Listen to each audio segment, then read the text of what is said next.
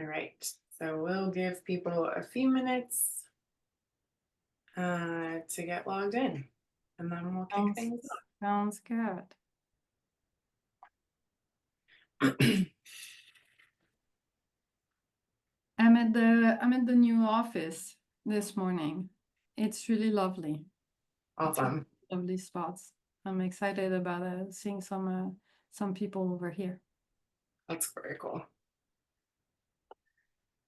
All right. So if you're just joining us, we're going to take a couple minutes to let people get logged in, and then we will kick things off.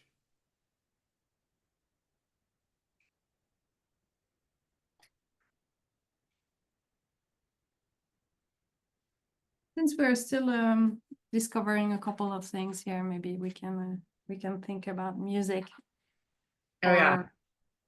or The waiting room, the Zoom waiting room music. exactly. Yeah, all the creative things that people thought up during COVID and the many years of like everything I'm being on Zoom. Yeah. Yeah. Okay, just one more minute to get people logged in and then we'll kick things off. Sounds good. I'm looking at the window. I'm enamored with the colors, the fall colors, and the blue sky and the sun. It's like one of those perfect fall days. Love it. Yeah. All right, well, let's kick things off. Yes, let's get this party started. Awesome. So thanks to everyone for joining us today for our webinar on year-end performance reviews and what you can do to prepare, be strategic. So here is, oops, let's see if we can. Interesting. Here we go. Okay, so here's our agenda for today. We will do a quick intro to the two of us who are on the call presenting, a quick intro to talent career coaching and what we do. And then we'll hop right into a conversation with Tatiana about preparing for your review and the steps that you can take to feel really prepared. At the end, we do have a special offer that we'll share with participants, and we'll open it up to any questions from the audience. I will say that if things pop into your mind throughout the webinar, questions you'd love to ask, feel free to put those in the Q&A section. We'll also be keeping an eye on the chat, so if you have any thoughts that you'd like to share in the chat, feel free to do that as well. So Tatiana, I'll kick it over to you. Yes, hi. So I am part of the talent career coaching crew. I have a pretty long history in business management and in HR. And then my true calling came to me in 2020, actually, pandemic. And I made a career shift to being a coach and also a training facilitator. There's nothing that gives me more joy than seeing a team come together and get to their better version of themselves. Awesome. Thanks, Tati.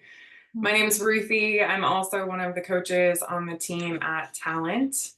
And what really motivates me as a coach is I think about all the time that we spend in our lives working and thinking about how we can truly make the world a better place if we can help people connect to work that is fulfilling and leverages their strengths. So I really like working with clients who are feeling lost and confused and looking for clarity about their next steps. And thinking about the ripple effects when we are enjoying ourselves at work. Then just a bit of information about Talent, the coaching firm. So we help go-getters reimagine their careers. We are hoping to help folks do work they love so that get paid what they're worth so that they can positively impact the world. And we serve clients all across the United States. We offer coaching services in 6 buckets, kind of 6 specialties. Everything from career exploration, thinking through all of the different pathways you could head and what aligns best with your skill sets. We work with job seekers, people who are actively looking for work on the tactical tools that they need to land a job. We have coaches who specialize in thinking about how you can be strategic about professional growth, getting promotions, salary negotiation. Tatiana and a few of our other coaches specialize in supporting managers and also established leaders. And then we also have coaches who have experience with and knowledge about how to avoid burnout and what to do when you're at that point in your career. We know that you spend a ton of time, like I said, at your job, and you are not alone in navigating this really important aspect of your life. And our goal is to provide education, encouragement, and partnership. So part of what we're doing now is offering these free monthly webinars on topics that are relevant to our clients. I really love this notion of sorry, sidetrack, of being able to impact the world when we're happy, where we spend a lot of our time, we can actually show up better in the world. This is definitely something I'm very passionate about. Yeah.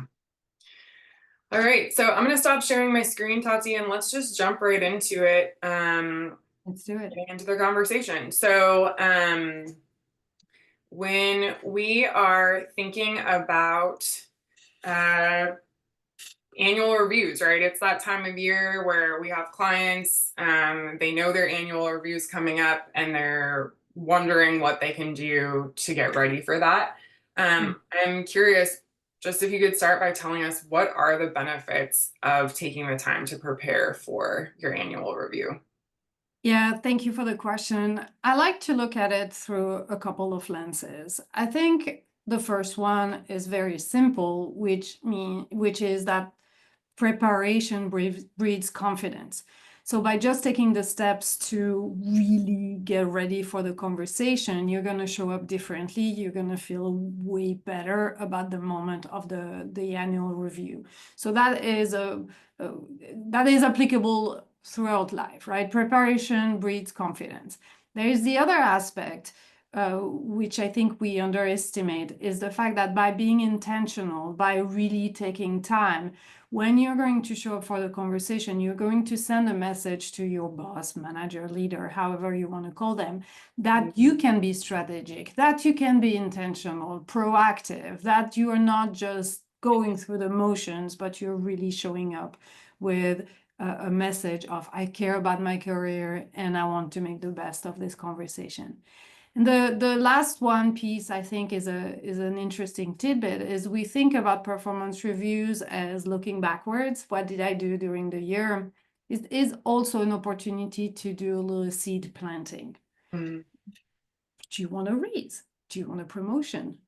Do you want a special training? So those conversations are also an opportunity to ask for these things. Yeah, that makes a lot of sense. I'm sure as managers are kind of thinking about budget stuff at the end of the year and planning for the year ahead to Exactly. plant that seed, like you said. Exactly. So walk me through it. What are the steps that someone should take if they are preparing for that annual review conversation? What do you recommend? Yes, and the first step can be a little annoying. But the first step is to gather data. Mm. It is your backbone. It is really that moment to look behind this time and to say, what did I accomplish?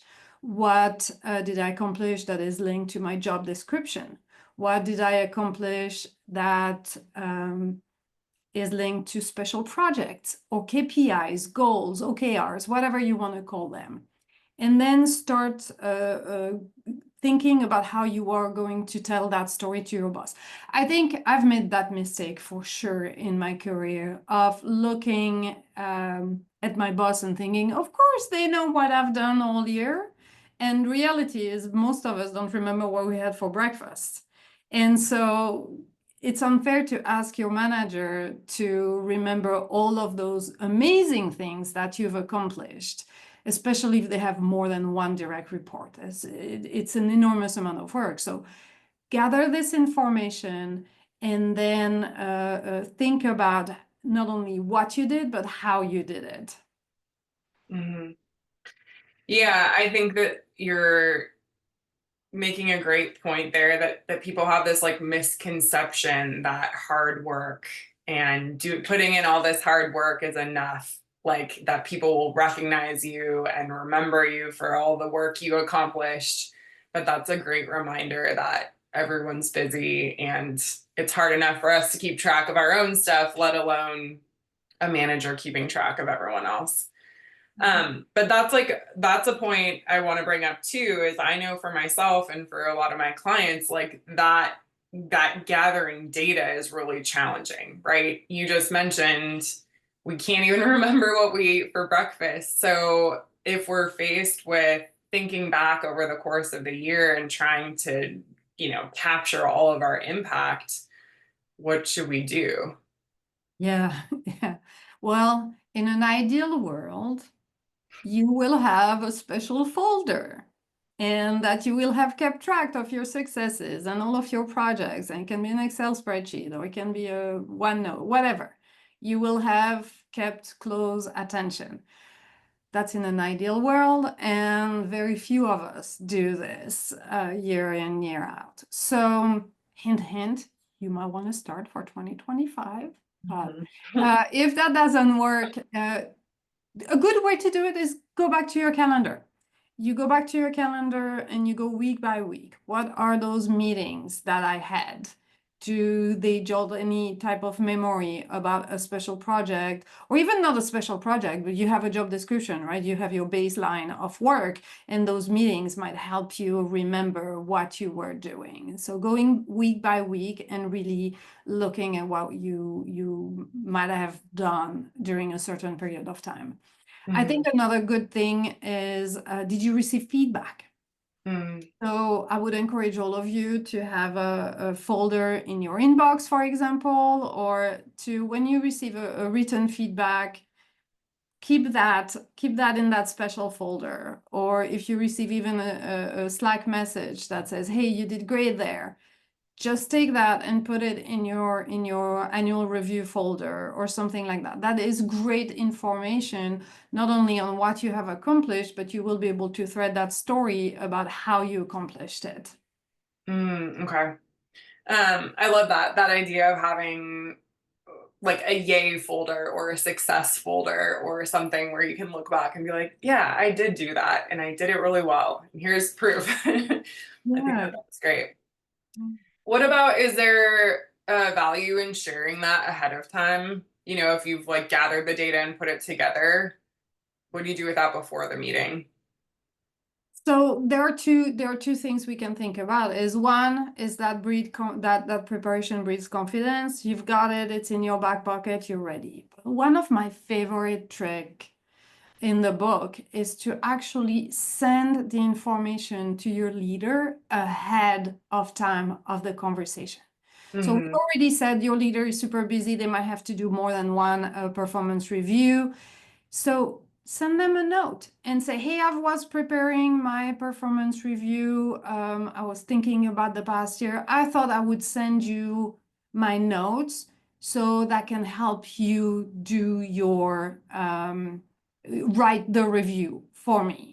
So Mm-hmm. maybe they have already written the review, so it comes a little bit late, but that's still okay because your leader might have it and they might be able to do a comparison and be like, oh, I forgot they had done this thing. And so at that point, though, a little caveat is send them the data piece, what you have accomplished. You're going to keep the how and tell that story for the actual review time itself when you're sitting in that one-on-one conversation. And that's really you're, again, sending that splendid message of, I am proactive, I'm taking care of my career, I care about you and your workload, I understand how difficult things can be sometimes. And Mm-hmm. so you're setting yourself apart for that particular conversation. Yeah. It also seems like, I mean, you're being strategic. You're essentially taking the reins in a way where you're like, here are the things that I want to make sure that you know about, right? They, like you just mentioned, they may have completely spaced out a project that you worked on. And by being proactive like that and refreshing their memory, you're making sure that they're talking about the things that you want to be talking about. You got it. That's exactly what we want to do here. Yeah.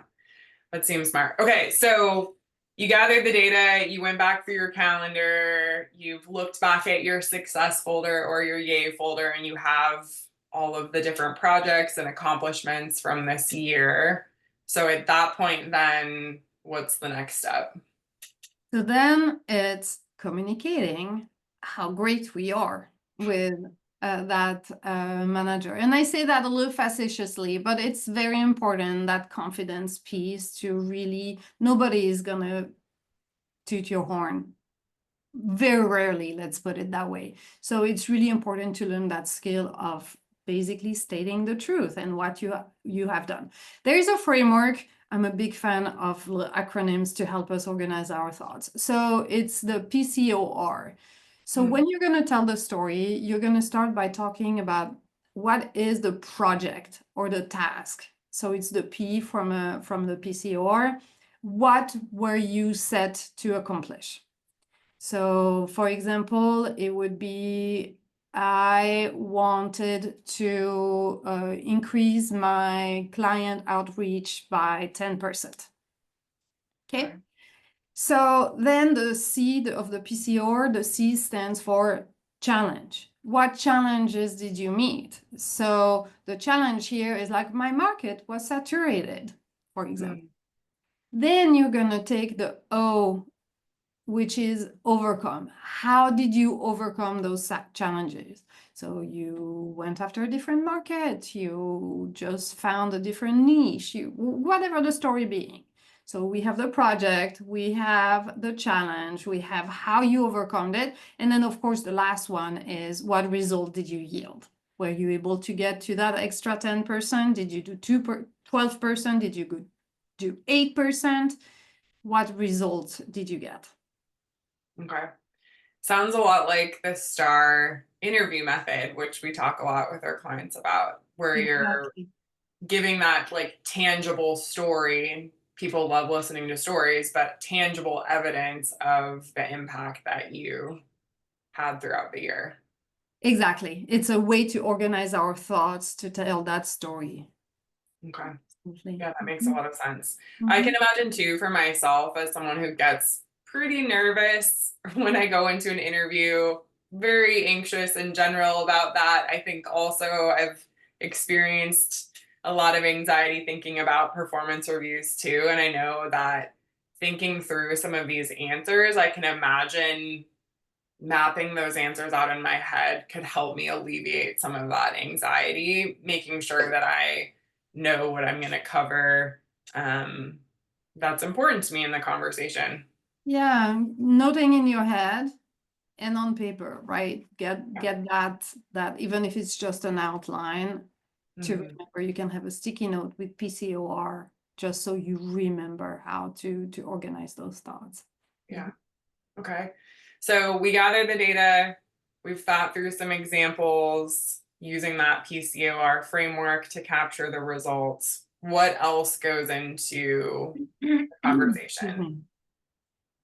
Yeah, so I think we need to remember to also have a little humility, I guess, to some extent, and talk about your growth path. So not only you achieved all of those things, but along the way you learned things. Along the way you had some again, those challenge, and so you might have learned some new skills and your personal progress. A good idea is to use a before and after example. To say, before I had issues with reaching out to a new client because I was nervous, and I did some work, and now I am actually way more confident reaching out to those new clients. So how do we do the before and after examples of progress? How did you grow? Okay. Yeah, it seems like that's also a great way to demonstrate growth mindset where you're like, I couldn't, maybe I was faced with a situation I'd never dealt with before, and instead of saying I can't do this, it's like, well, I haven't learned how to do this yet, and showing that you're willing to take new things on too. Yeah, it's so important in your career management to send that message that you're willing to grow, you're willing to put yourself outside of your comfort zone, that Hmm. you can actually learn things. Um, it's definitely an important, again, message to bring to the conversation. This so far it's really about, okay, the tactical aspect of the performance review, but it's very much also about all of the underlying messages we can imbibe the conversation with. Hmm. Okay. So if you're thinking about examples of sort of like before and after areas where you've grown, stuff like that, are there other ways that we should incorporate growth into the conversation? How would you recommend addressing that? Yeah, thank you. You reminded me. I think it's important to talk about the growth we did in the past, but it's also super important to talk about the growth you want to do in the next step. And Mhm. there is a way to look at it, to organize again your thoughts and how you want to present this, because acknowledging an existing, I'm lacking the word right now, weakness, air quotes, Mhm. area for opportunity, like we like to call them in HR. Mhm. So you can go in and acknowledge that, let's say you want to improve on time management. Time management is an issue, you know it, you've been working on it. So you should go in that performance review and to say, look, for next year, I really know I have a thing with time management and I'm intent on improving this in the next 3 months. So acknowledge the weakness, set a timeline. This is also super important. So it's not just an idea in the air. So I have a problem with time management. I want in the next 3 months, I want to improve on this. And to do so, I've identified a class. I would like your support and more coaching from you. I would like to have a mentor. Uh, so you're still saying, I have room for growth. I Mhm. want to do it intentionally with a deadline. And Mhm. then you have that super amazing opportunity to ask for something. Mhm. A Udemy class, again, it can be a stretch assignment. It can be, I mean, I use time management as a pretty simple example, but it can be, I want to learn another part of the business. I've Yeah. been working in HR, but I want to learn more about finance. Can I do a stretch assignment in finance? Can I get a shadow day? So taking this opportunity to, again, plant that seed to help move your career along. Yeah. I mean, and that's such a perk, right? For the we taking advantage of professional development opportunities as much as you possibly can, especially if you can tee it up so that your supervisor's like, sure, yeah, we'll pay for that, or that sounds like a great, stretch assignment for you to take on. And again, that seems just like such a strategic way to take the reins and really guide that conversation. I know for myself, I've had some annual reviews where they're like some very subpar experiences, but one example I can think of is where I came to the review and my manager had already determined my KPIs for the year without my input. And so your thought of kind of sending accomplishments ahead of time so your manager has those top of mind, but then also coming prepared as part of the conversation to really have that discussion about what makes the most sense for you and your professional growth. Um, yeah, You I could just imagine that I could have been, shaped that conversation a bit better and had some like better results for my own growth over the next year in that role. You're bringing a really important point, Ruthie, of Look, there is the ideal world where the conversations happen throughout the year. You have regular one-on-one, you know what the conversation is going to look like. You have Yeah. really, those steps still need to happen, but it's actually a little bit less heavy because it's no surprise, right? You know the process, etc. How many people have talked to their boss twice a year? From a development if that, the performance review might be the only one time in the year where there are those conversations, which is really far from ideal. And then you have some leaders who might not be as well equipped to have those development conversation, and it becomes more of a top down, Yeah. which is one more reason to feed them information so we can change that dynamic. Yeah. Okay. So we talked about gathering data. We talked about how we map out the stories we're gonna share in the conversation, and just generally thinking about teeing up opportunities for professional development. What else can we encourage people to do? Practice. Yeah. I know. It's practice, practice, practice. So there's this saying, practice makes perfect. Be careful what you practice. In this case, find a buddy, find a friend, find a coworker, and go through the points you want to make. Use that PCOR, take it for a spin, just really have a chance to get it out of your system, get the nerves out of your system. Mhm. And then so you can show up way more prepared to have the conversation with a little bit less surprises. You can have your friend being a devil's advocate in the conversation, like poking holes, for example, just to take it for a run, especially if you're nervous and you don't have that sense of trust with your leader. So getting Mhm. a chance to experience the discussion. And I think on that note, with a leader, especially we don't trust, but in general, be mindful of your mindset on the day and right before the conversation. You might be super nervous, you might be whatever the story is, like listen to music that gives you a ton of energy. Do some breathing, do some whatever will put you in a position to show up in the room and feeling confident and really feeling that you've got this. This is normal to be uncomfortable in this conversation. I really want to validate the fact that these conversations are rarely easy, rarely a walk in the park. So that's why we prepare, and that's why also we are mindful of our energy and if we are showing up positively. I hope that makes sense. There is again the what and the how.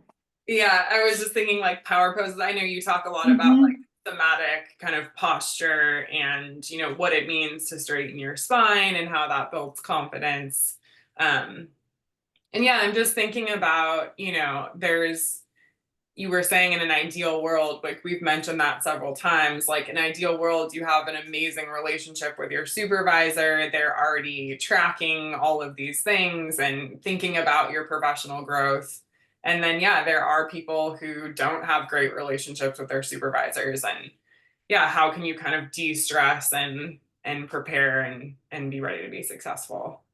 Exactly. What happens like in past reviews? I've had a situation also where my manager turned it around and asked me for feedback about them, which was also like kind of a shock because I was not prepared for that. Sort of like, when a company at the end of the interview, they're like, do you have any questions for us? So what advice do you have there? How should I have handled that? Yeah, I've been there too. I've been there too. And it's a moment of deer in the headlights. Exactly. It's just like, so as you prepare, because we've acknowledged that preparation is key here, as you prepare, keep in the back of your head to outline one thing. Either the person, your leader, can improve on themselves. Let's say they are always late for a meeting, and so that really annoys you, so you can have that conversation. Again, it's a super difficult conversation to have. So if you're not comfortable giving direct feedback, find improvement in the team functioning, for example. So the one thing you don't want to do is stay silent and show up and be like, no, everything is rosy, no problem. So there Mhm. is probably something that the team or your leader can improve. Find it, and then you can actually say, yes, actually, I think we have too many meetings during the week, and that's the very important key here is just don't leave it at like, we have too many meetings, period, I'm out, mic drop. No, it's a moment to say, we have too many meetings during the week, and I think we could remove the Thursday meeting because the Friday one is a duplicate, for example. So you are going to bring a solution. Mhm. You are outlining what's the issue is, and you are making a suggestion. If you don't have a suggestion, that's okay. What you're going to do is say something like, I would love to think about it with you. I would love to brainstorm. I would love for us to solution together. So Mhm. yes, there is a problem, but you are bringing your problem solving capability in the same discussion. Nice. Yeah, that makes a lot of sense to not just complain about something, but to again be strategic and demonstrate that you've already thought something through. And if you have a solution in mind and maybe that gets implemented, then it's a win-win situation there. Exactly. Exactly. Okay, so I this has been a ton of good information. I'd love to open it up to the if there's anything in the Q&A, which I will double check. So if participants, if y'all have any questions that you'd love to ask Tatiana, definitely feel free to put those in the chat or the Q&A. And I know that we did get a couple of questions ahead of time as people were registering. So one of those questions is, what do I do if I'm expecting something negative in my annual review? So going back to like, yeah, maybe you have a sticky relationship with your boss or something, you made a mistake over the past year. How do we handle that? You just ran out of the door. Yeah. I'm just kidding. I'm just kidding. So again, in some hope, you would know about those issues, right? You would have had the conversation before the time of your review. It is absolutely common to discover things you've done less than perfectly during the review time, and it sometimes can feel like a punch in the gut, where Mhm. you've done all of your prep, you know all of the things you've done so greatly that you are ready to tell your story, and then your manager is like, yeah, but you didn't do XYZ how I was expecting it. And by the way, it was in March, so you don't remember anything about it. Mm. Your best buddy here is grace. Give grace. Mm. Just to yourself and also to the message. So having not reacting by giving grace, I mean not reacting, not jumping and suddenly be like, that's not true. What are you talking about? And which can be a very natural reaction we can have if we feel under attack. Mhm. So if that were to happen, I would encourage people to just say like, oh, okay, thank you for letting me know. I don't necessarily remember what happened, or I'm gonna need to think about this. If you can give me just a couple of days, I need to reflect on this feedback, but thank you for letting me know. Mhm. You buy yourself some time, you are not reactive, and that also gives you some time to go back, get what happened in March, remember the elements, and you can then follow up in a conversation saying, okay, thank you. I want to follow up on that feedback you gave me now that I have had time to think about it and review my notes. And you were totally right, or let's look at the circumstances and then whatever the story would emerge. Mhm. So ultimately, try not to react right away if it's a surprise negative feedback. Mhm. Okay. Um, that makes sense to it's sort of like when you get a call, like a job offer or something, it's like rather than reacting, it's like take a break, get some space, think about it. Um, yeah, and I can see how you could change that into a more productive conversation by taking some space and not having it happen in that same annual review. Which sometimes is really difficult, Yeah. especially if like you're taken like off guard. Yeah. Okay. So I see a couple questions came through in the Q&A. One person asks, what do you recommend doing if you transitioned roles internally halfway through the year? So there is a train of thoughts that thinks that the transition of role is some kind of reward in itself. So the idea is to apply the same steps, but for the last 6 months in the new role. I'm making an assumption that ideally the person would have received some kind of information for the first 6 months of the year.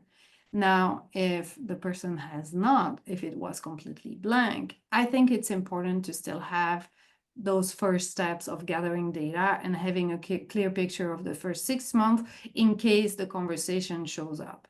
But then for the second part of the year, we are applying the same steps of getting ready. There is the special sauce here of was there a learning curve? And if there was a learning curve, then the moment when we start talking about how you've grown, what you have learned so far, that's an opportunity to outline all of those things that you have learned and how you have improved. Yeah, no, that does make sense to me that even if you switched roles, to be prepared with thinking about results that you've accomplished in both capacities. And then also, yeah, capturing. I know that oftentimes there's sort of like expectations of what a new employee in a new role, right? What they'll accomplish in the first 60 or 90 days, kind of the first couple of quarters of being in that role. And I imagine being able to kind of map that and show, here were the expectations, here's how I've met those or exceeded those expectations could be really helpful too. Exactly. And that future growth aspect is also really important to say, okay, I've learned XYZ in the past since I started this new role, but I still need to work on ABC and I plan on doing it in the next 90 days. For example, like put a timeline and identify where you still have some growth to do. Yeah. Okay. Another question here is, and this is something I've also experienced. My organization is supposed to do annual reviews, but due to frequent internal shuffling, they rarely happen. How do I ask my boss for a review? Yeah. That is definitely a tricky space to be in. And it is sadly more frequent than we would like to see it happen. Asking, going to your leader and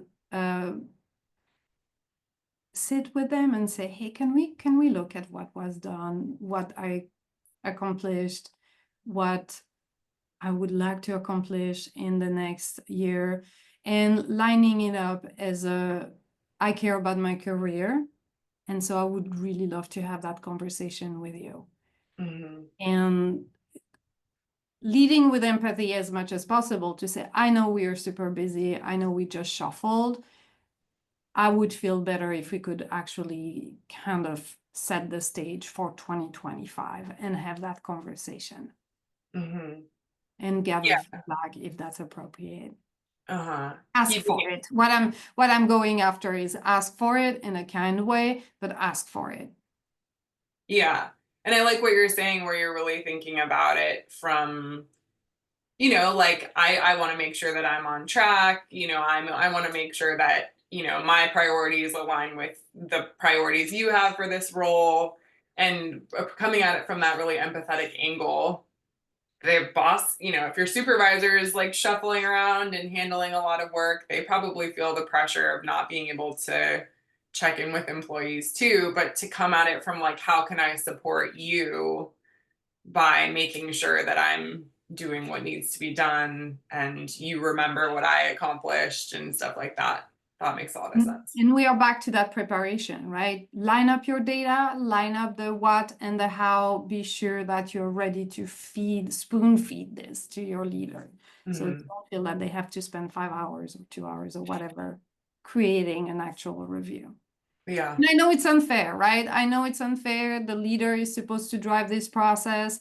Trust me, I've seen it time and time again. If you wait on your leader to do it, it might really never happen. So take ownership and make it happen for yourself. You owe it to yourself.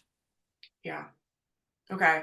Well, that tees up another question that we got ahead of time, which is, what if you feel like you deserve a raise?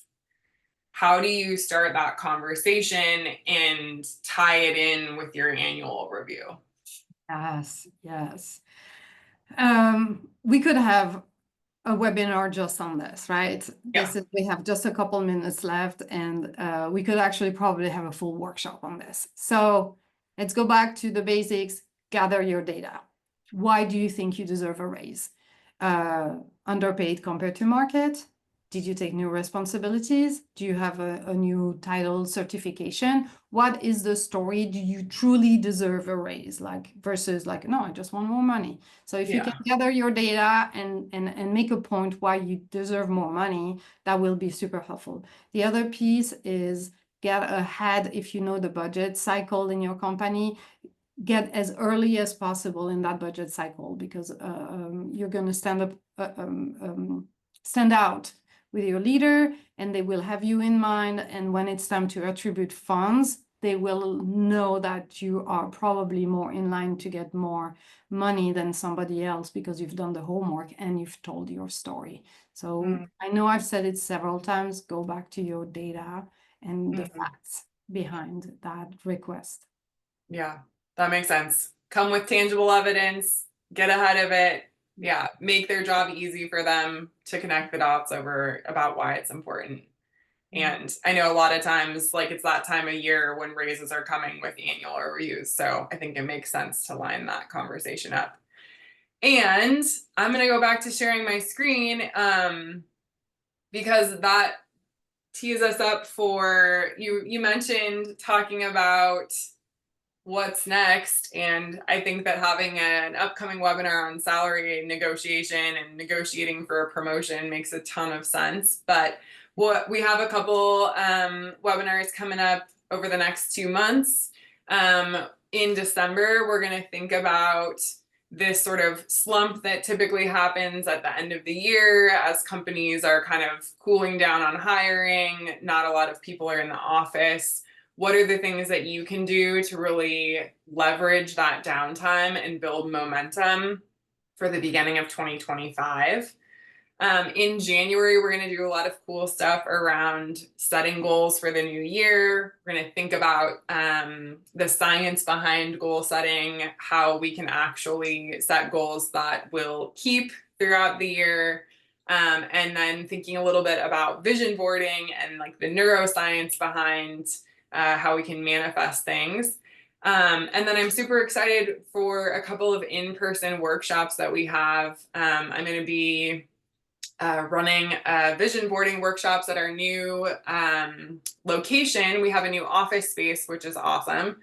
I think I see that our QR code didn't transfer onto this slide. So we'll send out a follow-up email with information about registering for those events. But those are some exciting things coming up. And then the other thing. Oh, sorry. I'm so Go ahead. excited. The vision boarding workshops. Yeah, me too. It is, yeah, it's just one of my favorite ways. I'm looking up at my vision board right now. It's one of my favorite ways to go into a new year and think about the things that I'm going to be focused on and how that aligns with my greater purpose. So yeah, really excited for that. And then a special offer that we have for folks who joined us today on the webinar is Talent runs a Black Friday sale during the week of Black Friday every year. This year, one of the options that we have for purchase is a buy one, get one half off on coaching sessions. So this is $100 savings. You get two 60-minute coaching sessions. And this is a great opportunity if you're thinking about preparing for a performance review, to have a couple of sessions with a career coach to walk through that gathering of data, prepping your answers. But you can also use these two sessions however you see fit. So QR code here if you're interested in purchasing that. This deal is open until the end of the day tomorrow. So Friday at midnight is when we'll close this. But we would love to support folks who are getting ready for performance reviews. And yeah, thank you so much to everyone who joined us today. Thank you, Tati, for sharing your expertise. Thank you. And yeah, we are, please don't hesitate to reach out and let us know if there are other topics for future webinars that would benefit you. We would love to hear from our community. Bye, everyone.